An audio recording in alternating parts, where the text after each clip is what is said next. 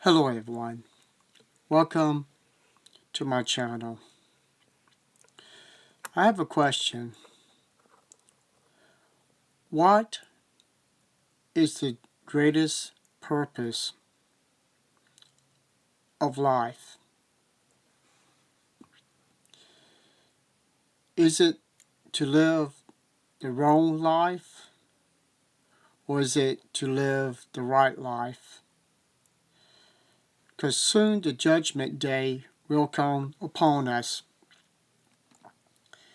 And if we have not done the right thing or choose the right path, then we will lose the greatest reward of everlasting life. As I was a Jehovah Witness, my goal was try to be the best and hope I would make it into paradise. And I came very close losing the one thing I would love to see: peace all over this world. And the reason why I almost lost it, because staying in Jehovah Witnesses religion, I was corrupt, dishonest, not caused by me being me,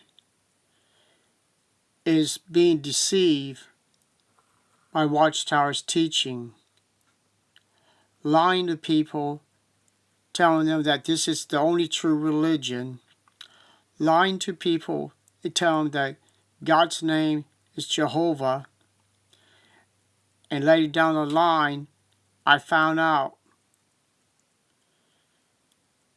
by doing research, his name never was Jehovah, and the name Jehovah is not that very old. People, you have to see the truth through the lies of the Watchtower.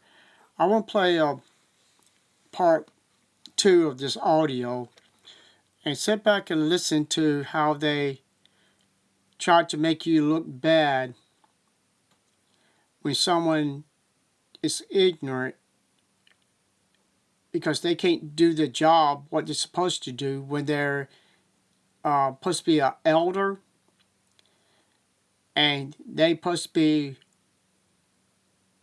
show high quality and respect toward what they call the sheep or the regular Jehovah Witnesses, and they take their eldership like poison, and they don't care who they hurt. So let's go ahead and finish this one section here. Jehovah trains us by permitting situations to arise in our life that appear to be difficult to solve, situations that are hard to deal with. Sometimes they're right in a congregation. They can be in our own family. They can be where we work. It can be within ourselves. Problems that we face. And sometimes they become so grievous that we feel it's impossible to succeed. You may have a trait in your life that you know is bad. You know that it's bad. And you wrestle with that thing, and you talk to people about it, and you pray about it, and it seems like it never goes away. Or you can be in the congregation, everybody's getting along fine, and suddenly somebody does something to interfere with the love and relationship of a brother, maybe a very close friend of yours. And you never dreamed he would do what he did. And you're in a dilemma. You know you have to forgive, but you know you don't want to. What are you going to do? You wrestle with it. You can't sleep at night. You wake up in the morning, and who's the first person you think about? That person. Just can't get him out of your mind. It's a constant fight that you have. Or it could even be lighter than that. You could be a pioneer or an auxiliary pioneer. You come to the Kingdom Hall to go in the service, and you're waiting to get in, and the elder who has the key doesn't come, and he's late. And you're standing out there in that cold, and you have to go to the bathroom. You're shifting from leg to leg. And this part, what he's saying, the elder don't show up, and he's late getting to the Kingdom Hall to open up the door. My mom has experienced that many times. Some reason the elders wasn't dedicated for their position as an elder. They abused it, left people outside standing, waiting on him. That is pure ignorance. And this guy is going to say, the real problem is you. Because you take it out on that brother, and you get becoming angry because he didn't open the door for you and others to go in there, use the bathroom, and get out of the cold. But it's your fault. And you need to forgive that elder. But if the tables was turned around the other way, if the elders was waiting on you to open up the door, and they was out there dancing around and doing the hokey pokey because they couldn't get inside to use the bathroom, you know what would happen when you show up? Next few elders meeting could be that afternoon. They'd be calling you up to, you're going to have to come to the back room because you let us out there in the cold and not open the door for us because you was late. So they're going to put you on punishment. Remember, they have that power. So they know how to use it. Let's continue. And he doesn't come. And pretty soon you become angry. It's this way all the time. He never gets here. And you tell your husband, or you tell your wife, or you tell somebody else, I don't want to go to the Kingdom Hall anymore. He's never there. Well, something is showing up in you that should not be there. You know it. It's impatience, it's aggravation, and maybe a lack of self-control. Now what the brother... Self-control. Being late and not opening the door. The elder, or those elders that has done that, they should be in the back room, being counseled by other elders for leaving the witnesses out in the cold and desperate to get inside to warm up and use the bathroom. He should have been put aside and canceled. Continue. What he's doing is wrong. Jehovah sees that. But how you react to what he's doing, he also sees, and he's learning about you or all of us as a result of... Stop. First of all, Jehovah can't see. He has no eyes. He can't judge you, what you have done in the past or what you do in the future, because he doesn't even exist. He's just a name on a piece of paper. That's all he is.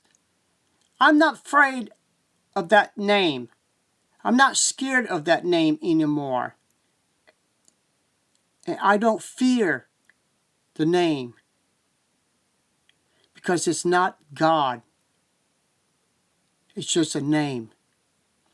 Even your own governing body, Jeffrey Jackson, said the name Jehovah is nowhere near the original name.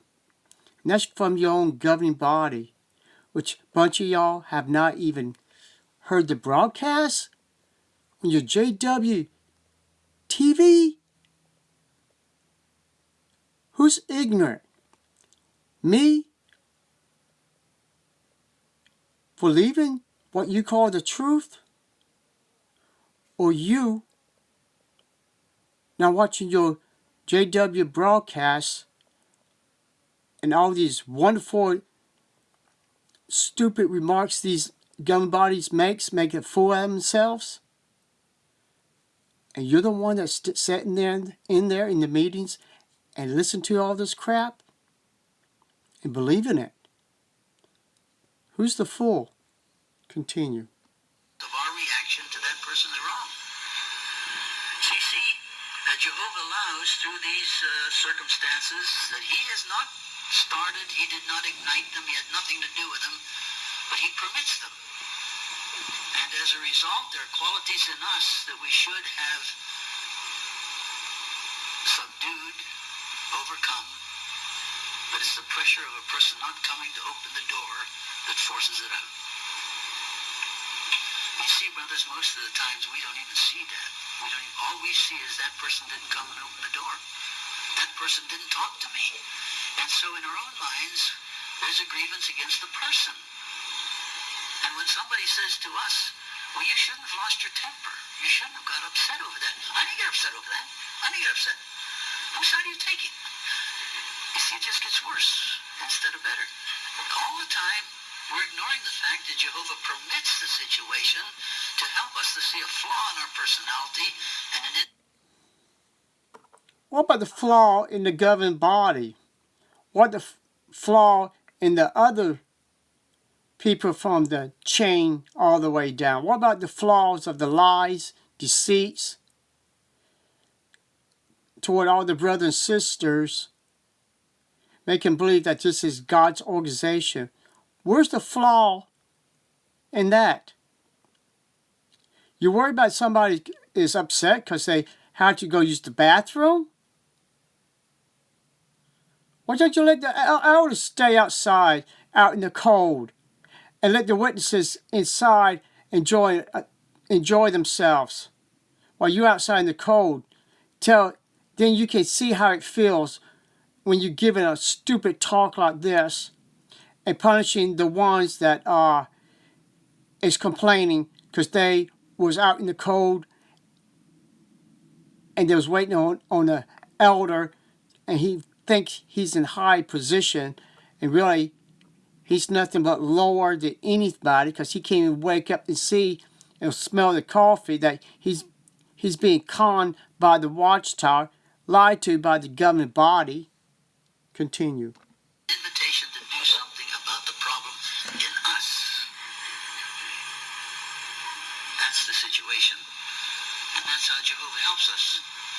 As we grow as Christians, we pray for guidance.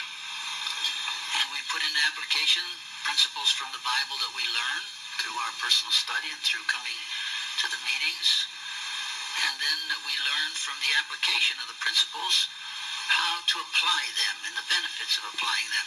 But we have to be alert enough to see that if these are problems we have, there have got to be solutions somewhere, and we've got to look for these solutions and put them into practice. I agree with that 100%. If you see problems with your religion and see things that the doctrines keeps changing, then the solution is to find out the truth, why you feel these things keeps changing and the doctrines keeps being different all the time. It's because you've been lied to.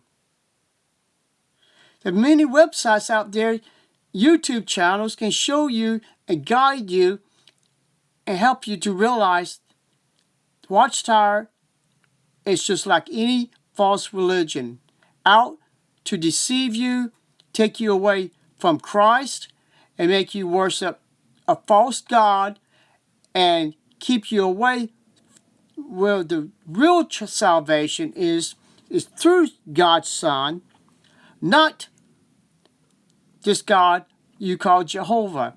People, it's time to do research. Thank you, and please wake up.